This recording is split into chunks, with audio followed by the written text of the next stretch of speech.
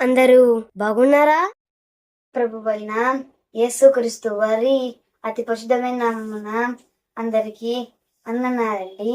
అందరు బాగున్నారా? ఒక కీర్తన పాడుకొని ప్రభువును మహిమపడతామండి. నీవే ఆశ, నీవే శ్వాస, నీవే ధ్యాస యేసువా. నీవే ఆశ, నీవే శ్వాస, నీవే ధ్యాస యేసువా. ఆమేన్. పరిశుద్ధ గ్రంథముల నుండి మనము దేవుని లేఖనములను ధ్యానం చేద్దామండి. చూడండి, ఫిలిప్పీయులకు రాసిన పత్రిక 3వ అధ్యాయము 8వ వచనం చదువుకుందాం. నిశ్చయముగా నా ప్రభువైన యేసుక్రీస్తును గూర్చిన అతిశ్రేష్టమైన జ్ఞానము నిమిత్తమై సమస్తమును నష్టముగా ఎంచుకొనుచున్నాను. చదవబడిన లేఖన భాగం దేవుడు తన ద్వారా వచ్చి దీవించబడినట్లుగా చిన్న ప్రార్థన చేసుకుందామండి. పరిశుద్ధుడైన మా తండ్రి, ప్రేమ నమ్మకం కలిగిన మా దేవ, ఘనమైన నామమున ప్రభువా మీకే వందనములు తెలుసుకున్నాం. ప్రతి ఒక్క ప్రభువా ఈ వాక్యంలో జాగ్రత్తగా విని ప్రభువా, ఈ వాక్యం ఎప్పుడైనా ప్రభు లోపలకు సహాయం చేయమని దీవించమని ప్రతి ఒక్కరు ఈ వాక్యంలో బాగా విని ప్రభువా, ఈ వాక్యం వాళ్ళ హృదయంలో తీసుకుంటకు సహాయం చేయమని ఆ ప్రాణ ప్రభు మా రక్షకుడు యేసుక్రీస్తు వారి నామములోనే అడిగి పెట్టుకుంటున్నాను నా పరమ తండ్రి. ఆమేన్. ఆమేన్. ఇక్కడ ఒక మాట ఉందండి, ఆ మాట మీద తెలియజేస్తాను. చూడండి, ప్రభువు అయిన క్రీస్తు యేసును తెలుసుకోవండి. ఆయనే శ్రేష్టత కోసం సమస్తాన్ని నష్టంగా పెంచుకుంటున్నాను. ఇక్కడ ఏంటంటే అపోస్తలుడైన పౌలు ఇక్కడ అపోస్తలుడైన పౌలు ఏం చెప్తున్నాడంటే, ఫిలిప్పీ సంఘం రాస్తూ ఏం చెప్తున్నాడంటే, నేను దేవునితో ఉండడానికి నేను పూర్తిగా తిరిగి ఉన్నాను.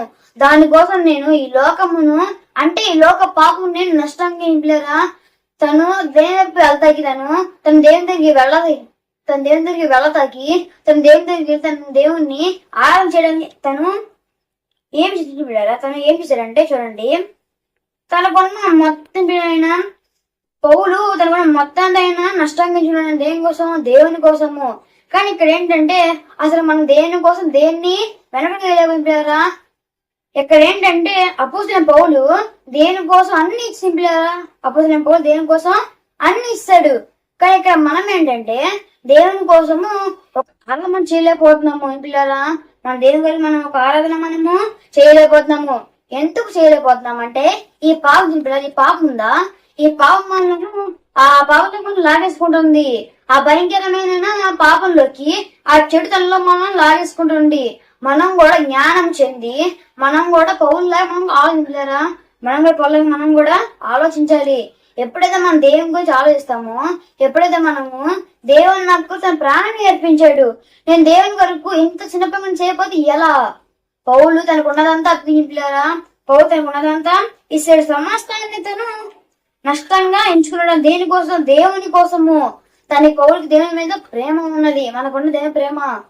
మనం దేవుణ్ణి ప్రేమిస్తున్నాము అంటే అది నువ్వు ఎప్పుడైతే పాపం దిగి పారిపోతావో, ఎప్పుడైతే నాకు పాపం వద్దు, నాకు దేవుడు కావాలి, దేవుడు శ్రేష్ఠుడు, దేవుడు నమ్మదగిన వాడు, నేను దేవుని దగ్గర అనుకో నాకు పాపం నుంచి విముక్తి లభించిద్ది. అలా ఎవరికి అనుకుని పిల్లారా వాళ్ళకి దేవుని ప్రేమ అంటే అర్థము. ఎప్పుడైనా ఎవరైనా ఈ వాక్యం విన్నట్లయితే, ఎవరికి ఈ వాక్యం లోపనట్లయితే వాళ్ళు ఖచ్చితంగా దేవుని తిరిగి ఈ పాపాన్ని ఖచ్చితంగా వదిలేస్తారు.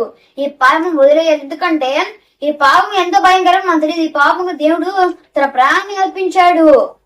దేవుని కోసం ప్రాణాన్ని లక్ష్యం లేదు. కానీ మనము దేనికోసం మనము చిన్నగా మనము చేయలేకపోతున్నాము. దేవుని ఆరాధన చేయాలని తెలియజేస్తూ దేవుడు ఈ మాటలను దీవించును గాక. ఆమేన్. అందరి వరకు ప్రార్థన చేసుకుందామండి. పరిశుద్ధుడైన మా తండ్రి, ప్రేమ నమ్మకం కలిగిన మా దేవ, నీ ఘనమైన నాన్న ప్రభువా మీకే వందనములు చెల్లించుకుంటున్నాం. ప్రతి ఒక్క వాక్యాన్ని ప్రభువా, ఈ వాక్యం లోబట్టు మీరే వాళ్ళకి సహాయం దయచేయమని దీవించమని, ప్రతి ఒక్క ప్రభువా వాళ్ళు ప్రభువా మీరే తిరిగి ప్రభువా ఆ భయంకరమైన పాపం వదులకు మీరే వాళ్ళకి సహాయం దయచేయమని దీవించమని. ఇదిగో ప్రభువా ప్రతి ఒక్క మీరు ప్రభువా మా కొరకు మీ ప్రాణం అర్పించినందుకు మీకే వందలు తెచ్చుకున్నాం ప్రభువా. మీరు మా కొరకు మీ ప్రాణం కూడా లక్ష్యం లేదు ప్రభువా. మేము మాత్రం మిమ్మల్ని ఆరాధన చేయడం సహాయం ప్రతి ఒక్క ఆరాధన చేసి ప్రభువా ఏమైనా వాళ్ళు మీ వ్యక్తి తిప్పుకున్నట్టుకు మీరే వాళ్ళకి సహాయం తెచ్చమని దీవించమని మా ప్రభు మా రక్షకుడు యేసుక్రీస్తు వారి నామములోనే అడిగి వేడుకుంటున్నాం మా పరమ తండ్రి. ఆమేన్. అందరికీ వందనాలండి.